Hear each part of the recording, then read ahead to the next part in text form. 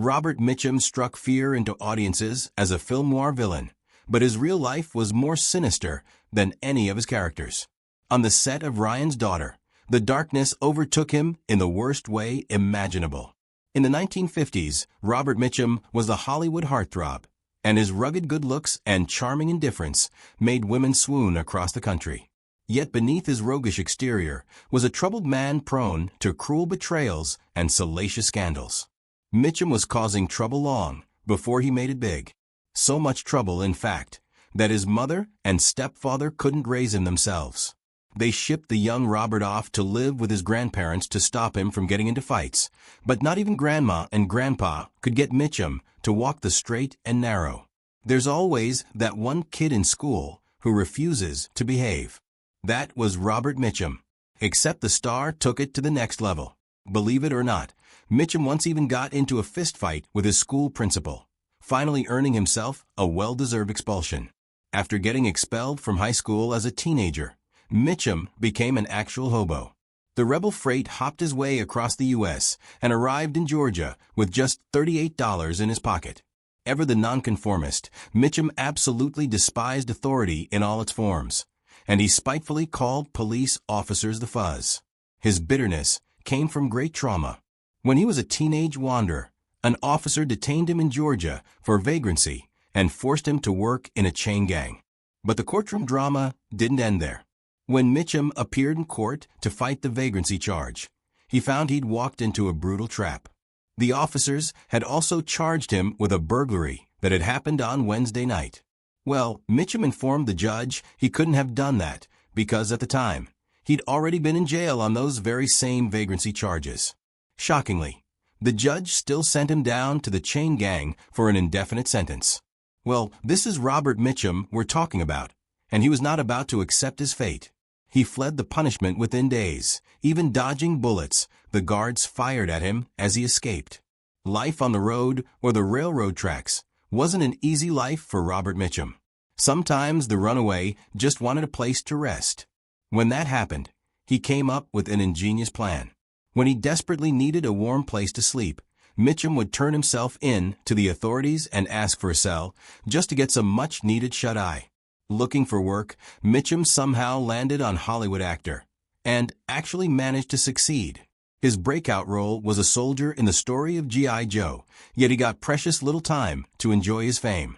He was drafted just after feeling wrapped.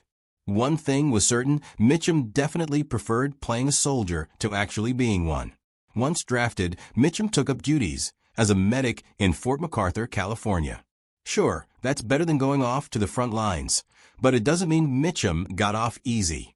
The Hollywood hunk checked new recruits for venereal diseases before they were deployed. Not exactly the most glamorous job. Despite being a handsome Hollywood star, Mitchum was a one-woman kind of guy. Sort of. Mitchum met Dorothy Spence when they were just teenagers. The two got married in 1940, shortly before Mitchum's acting career took off, and stayed married until Mitchum's passing in 1997. That's 57 years of marital bliss. Or was it? Mitchum was practically addicted to Dorothy and proposed to her soon after they started dating. His proposal was legendarily bad. Mitchum recalled, "I took one look at her and said, this is it. I'll be back for you. Stick with me, kid, and you'll be farting through silk." Okay, very romantic. There was, however, something quite shocking about their marriage, and it had to do with Dorothy's romantic history. Siblings share a lot. They share parents. They might share a room while they're young. They often share clothes as hand-me-downs. And while sharing is caring, there are some things that siblings probably shouldn't share, like girlfriends. Before marrying Robert Mitchum, Dorothy Spence actually dated his brother John. Talk about awkward family dinners. After the war, Mitchum returned to Hollywood to restart his budding acting career. One of Mitchum's most famous roles was in the film noir classic The Night of the Hunter, where he played an evil convict posing as a preacher. Mitchum was desperate for the part, and he nailed the audition. When director Charles Lawton met with the actor, he said he was looking for someone diabolical, to which Mitchum answered, "Present." On September 1st, 1948, Mitchum experienced his first Hollywood scandal. That night, The authorities set up a sting operation to catch a bunch of Hollywood partygoers. Almost everyone but Mitchum got the memo and scrammed, so the officers gladly booked the straggler for possession. Only Mitchum didn't exactly go gently. Mitchum was 0% intimidated by the fuzz and their petty attempts to put him behind bars yet again. When reporters asked him about his stint in county, Mitchum replied in classic tough guy fashion that it was like Palm Springs, but without the riffraff. Playing in the dirt, basking in the warm California sun, growing fruits and vegetables. Sounds pretty nice, huh? That is how Robert Mitchum spent his 1948 sentence for possession, working at a California farm. The star even got photographed in his state-issued jumpsuit for Life magazine. I guess there really is no such thing as bad publicity. By the time he starred in 1955's Blood Alley, Robert Mitchum's bad boy image really kicked into high gear. In fact, if you're looking for Mitchum's name in the credits, you won't find it, because he actually got fired from the set and replaced with John Wayne before filming finished. But considering his behavior, that's one light punishment. In a super professional move, Mitchum showed up to the set of Blood Alley after a very late night out. Enraged and irritable, the star allegedly destroyed a studio office just because there was no car ready for him on set. But it gets even worse. Mitchum was so upset with Blood Alley's transportation manager, he confronted him with violence. Everyone in Hollywood knew that Mitchum loved the bottle, but his party animal persona went from disturbing to absolutely terrifying on the set of The Big Sleep. While filming, Mitchum was trying to impress his fellow co-stars and somehow managed to down an entire bottle of gin in a mere 55 minutes. Another insane on-set story about Mitchum comes from actor Jack Hawkins, who worked with Mitchum on the 1963 film Rampage. According to Hawkins' autobiography, there was an entirely different kind of rampage going on during filming. Hawkins claimed that Mitchum would drink 49 glasses of rum before dinner while on set. After 49 glasses of anything, I don't think I could eat a bite. But did his crazy lifestyle finally catch up to him? In a way, as you will see.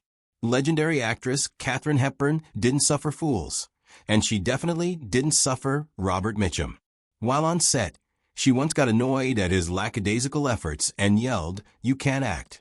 You know you can't act. And if you hadn't been good-looking, you would never have gotten a picture." In response, Mitchum just shrugged his shoulders. Whatever anyone might say about Mitchum's acting, according to him, none of them really knew what they were talking about. This is one of Mitchum's great quotes, and there are so many about his acting abilities. "They think I don't know my lines," he said. "That's not true. I'm just too drunk to say them." Mitchum was famous for his bedroom eyes and chiseled cheekbones. But while some Hollywood stars would go under the knife for these features, Mitchum came by his rough good looks honestly. He attributed his signature appearance to his past as a professional boxer and to his lifelong struggle with insomnia. With his rugged good looks and indifferent charisma, Mitchum was quite the hit with the ladies. He must have had a monk's self-control then to remain faithful to his wife all those years, right? Not exactly. Mitchum carried on many affairs during his marriage to Dorothy Spence, but despite their marital problems, Dorothy stood by her man. Mitchum had a long career, much of it very visible in the tabloid headlines of the time. Apart from his actual detainments, the Hollywood bad boy developed a real rap sheet of scandals. But the star wasn't about to shy away from his actions. Of his scandals, Mitchum said, "They're all true. Booze, brawls, broads, all true." It doesn't seem like his bad reputation got to him. More like he embraced it. For all his tough guy image, Mitchum was a surprisingly sensitive man. He frequently wrote poetry, and during his early years train hopping, he confessed he often cried himself to sleep, thinking about how worried his mother must have been about him. By 1970, Mitchum was at the top of the Hollywood food chain and a bona fide legend, but he was hiding a dark secret. After suffering a number of personal and professional setbacks, the star was seriously contemplating taking his own life on the set of his film, Ryan's Daughter, and even had it all planned out. Luckily, he had a good friend in his corner. When Mitchum's friend, screenwriter Robert Bolt, heard about his pal's plans to end it all, he tried to save him. It's just that he did it in a very inadvisable way. Bolt played tough love and told Mitchum he could go ahead, but only after he finished filming Ryan's daughter. Bolt even offered to pay for the burial if Mitchum held out. Thankfully, Mitchum never called his bluff. Luckily, he asked for help before it was too late. After many years of intense drinking and partying, Mitchum finally decided to get clean. Which celebrity hasn't done a stint in rehab for an addiction of some kind or another? You can add Robert Mitchum to that incredibly long list. Mitchum attended the famous Betty Ford Center in 1984 for his drinking.